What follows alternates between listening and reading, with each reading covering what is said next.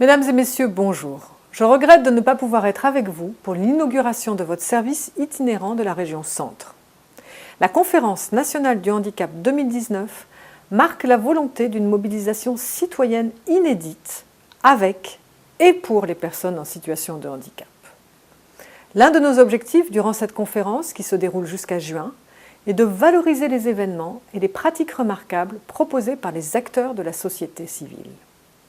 Avec le Centre d'action et d'information sur la surdité mobile, véhicule aménagé que vous inaugurez aujourd'hui, vous êtes au cœur de cet objectif.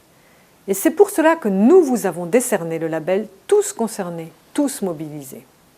En effet, l'une de nos grandes problématiques est le manque de prise en compte des besoins spécifiques des personnes en situation de handicap, notamment dans l'accès aux soins.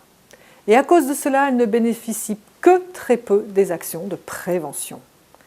Grâce au Centre d'action et d'information mobile, vous allez pouvoir établir un lien entre les personnes en situation de handicap et les professionnels sur la question de la surdité, mais aussi avec ceux qui ne sont pas informés et veulent en savoir plus, pour pouvoir adapter leurs pratiques et la rendre ainsi accessible à tous.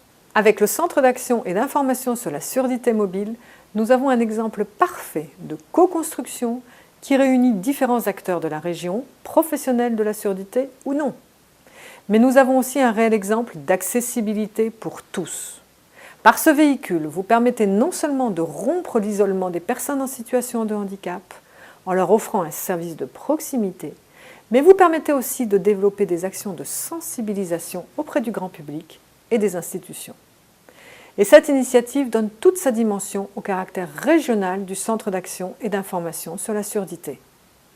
Les actions mises en œuvre par les citoyens mobilisés avec les acteurs associatifs, publics, économiques et territoriaux sont multiples et elles permettent de construire une société véritablement inclusive.